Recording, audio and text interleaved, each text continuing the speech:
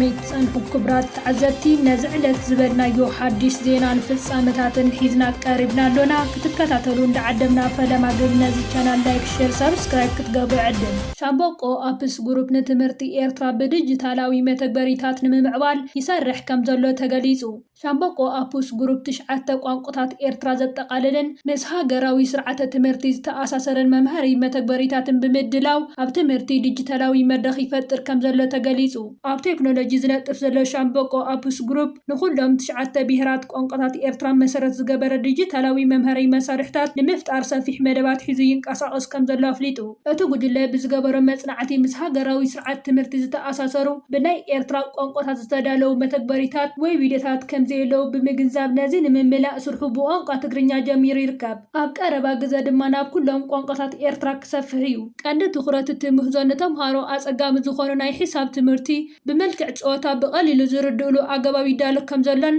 ኣብ ወጻኢ ሃገራት ዝነብሩ ኤርትራውያን መናእሰያት ቋንቋኦምን ባህሎምን ብቐሊሉ ዝመሃሩሉ ዲጂታላዊ ባይታ የንጽፍ ብተወሳኺ ኩሎም መተግበሪያታት ምስቲ ኣብ ኣብያተ ትምህርቲ ኤርትራ ዝወሃብ ወግዓዊ ትምህርቲ ዝተስማዕምዑ ከም ዝኾኑ ገሊጹ ኪዳነ ሽመንዲ ምስቲ ጉጅለ ኣብ ዝገበረ ቃለ ምሕተት ከም ዝገለጾ እዚ ስራሕ እዚ ዝያዳ ንኽሰፍን ሰብ ሞያ ሶፍትዌርን ተርጎምትን መምህራንን ብሓባር ንኽሰርሑ ጻውዒት ቀሪቡ ይርከብ እዚ ሓድሽ ስራሕ ቴክኖሎጂ ከም ድልድል ብምጥቃም ንወለደታት ንምርኻብን ትምህርቲ ንምስላጥን ዝዓለመ ዓብይ ስጉምቲ ከም ዝኾነ ተገሊጹ ካብ ዜና ምህዞ ከይወፃና ኣብ ዞባ ዓንሰባ ንፍርያት መዓር ዘደንፍዕ ሓድሽ ምህዞ ቀሪቡ ኢንጂነር ኣማኒኤል ንባህላዊ ኣገባብ መፍረ ንህቢ ምስ ዘመናዊ ቴክኖሎጂ ብምውሃድ ንሓረስቶት ዓንሰባ ዝጠቅም ዝተመሓየሸ ሰፈር ንህቢ ምህዞ ኣቕሪቡ ሚኒስትሪ ሕርሻ ኣብ ዘውፅኦ ወርሓዊ መጽሔት ከም ዝሓበሮ ኣብ ዞባ ዓንሰባ ባህላዊ ኣገባብ መፍረ ንህቢ ዝቕይርን ንሓረስቶት ዘጠቓልልን ዝተመሓየሸ ሰፈር ንህቢ ተማሂዙ እቲ ሓሳብ ዝመንጨወ ኣብ 2024 ኣብ ንእዙባ ከረን ኣብ ዝተኻየደ ናይ ግራት ምብፅሕ እዩ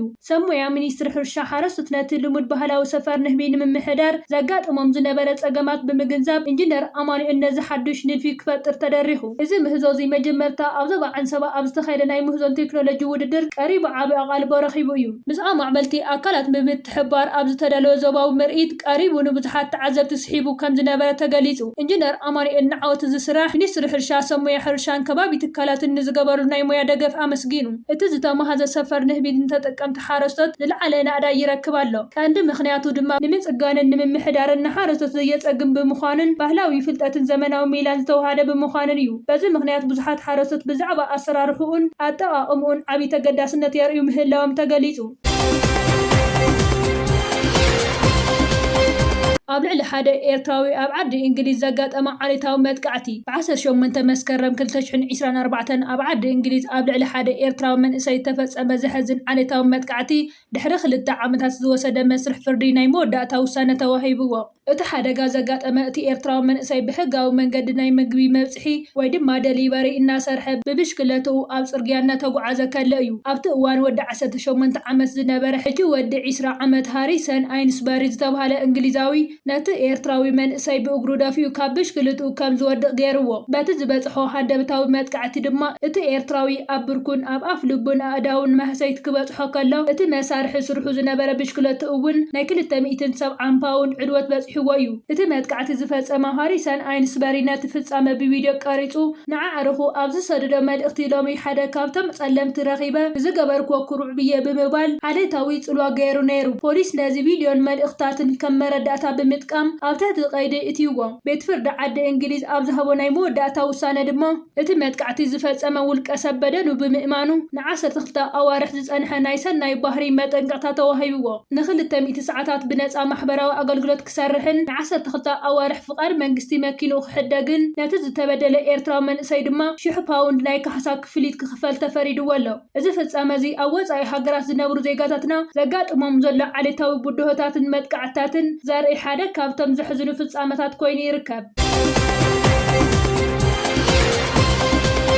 ኣብ ክልል ትግራይን ከባቢኡን ብድሮን ዝተሰነየ መጥቃዕቲ ከም ዝተፈጸመ ተገሊጹ ኣብ ዝሓለፉ መዓልትታት ኣብ ዝተፈላለዩ ከባቢታት ኢትዮጵያ ብፍላይ ከዓ ኣብ ክልል ትግራይን ዞባታት ኣምሓራን ብድሮን ዝተሰነየ መጥቃዕቲ ከም ዝተፈጸመ ዝተፈላለዩ ምንጭታት ዜና ሓቢሮም ብመሰረት እቲ ዝወፀ ጸብጻብ እዚ መጥቃዕቲ እዚ ብፍላይ ኣብ ከባቢታት ራያን መተማን ጎንደርን ዝተኻየደ ኮይኑ ኣብ ልዕሊ ዝተፈላለዩ ወታደራዊ ዒላማታት ዘቕንዐ ምንባሩ ተገሊጹ ኣሎ እዚ ብድሮናት ዝተፈጸመ መጥቃዕቲ ኣብቲ ከባቢ ዝነበሩ ወታደራዊ ምንቅስቓሳት ንምዕጋድ ዝዓለመ ምዃኑ ተፈሊጡ ኣሎ ብተወሳኺ እቲ መጥቃዕቲ ኣብ ልዕሊ ወተሃደራዊ ዕላማታት ጥራይ ዘይኮነስ ኣብ ከባቢኡ ዝርከብ ሰላማውያን ሰባትን መሰረተ ልምዓት እውን ጉድኣት ከም ዘውረደ ተገሊጹ ይኹን እምበር ብወግዒ ብዛዕባ ዘውረዶ ጉድኣትን በዝሒ ግዳያትን ዝተዋህበ ዝርዝር መግለፂ የለን እቲ መጥቃዕቲ ድሕሪ እቲ ኣብ መንጎ ዝተፈላለዩ ወገናት ዝተፈጠረ ወተሃደራዊ ምስሓብ ስዒቡ ዝመፀ ኮይኑ ንኹነታት ሰላም እቲ ከባቢ ዝያዳ ዘጋደደ ክኸውን ከም ዝኽእል ተዓዘብቲ ይገልጹ እዚ ከምዚ ኢሉ ከሎ ስርዓት ብልጽግና ንዲሞክራሲያዊ ትካላት ኢትዮጵያ ሰብኣዊ መሰላትን የዳኽም ኣሎ ክብል ሕብረት ኢሮጳ ኸሲሱ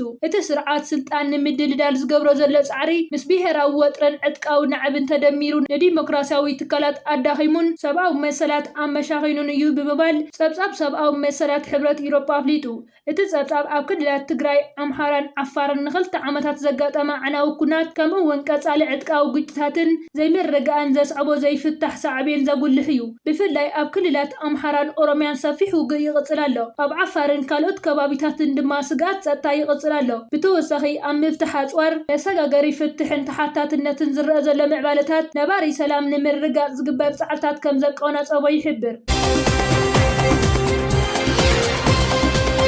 መንግስት ሱዳን ሰራዊት እታ ሃገር ሓቀኛ ሰላም ንምቕባል ድሉው ምዃኑ ገሊጹ ጀነራል አልቡርሃን ኣብ መበል 72 ዓመት ምምስራት ሓይልታት ምክልኻል ሱዳን ምክንያት ብምግባር ኣብ ዘመሓላለፎ ቃል ሰላም ክመጽእ ዝኽእል ዕጡቕ ጉጅለ ሓይልታት ቅልጡፍ ደገፍ ኣጽዋሩ ኣንቢሩ ናብ ንቡር ህይወት እንተተመሊሱ ጥራይ ምዃኑ ነጺሩ ሰራዊት ሱዳን ነዚ ዕጡቕ ጉጅለ ንምስዓር ዘለዎ ቆራጽነት ከም ዘለዎ ኮይኑ ንዝኾነ ሓቀኛ ጻዕሪ ሰላም ግን ድሉው ምዃኑ ሓቢሩ እንተኾነ ነቶም ገበነኛትን ቀተልትን ናብ ስልጣን ወይ ተሳታፍነት ዘምጽኦ ሙሉእ ዘይኮነ ሰላም ከም ዘይቕበል ኣስሚሩሉ ትካላት ሃገር ሙሉእ ንምግባር ባይቶ ንምቋምን ምስቶም ንሓድነት ሱዳን ዝድግፉ ሃገራውያን ጉጅለታት ዘተ ይገብር ከም ዘሎ ጀነራል አልቡርሃን ገሊጹ እዚ ሕጂ ዘሎ መከራ ድማ ብውሽጣዊ ሱዳን ዘተ ጥራይ ክፍታሕ ከም ዝኽእል እምነቱ ገሊጹ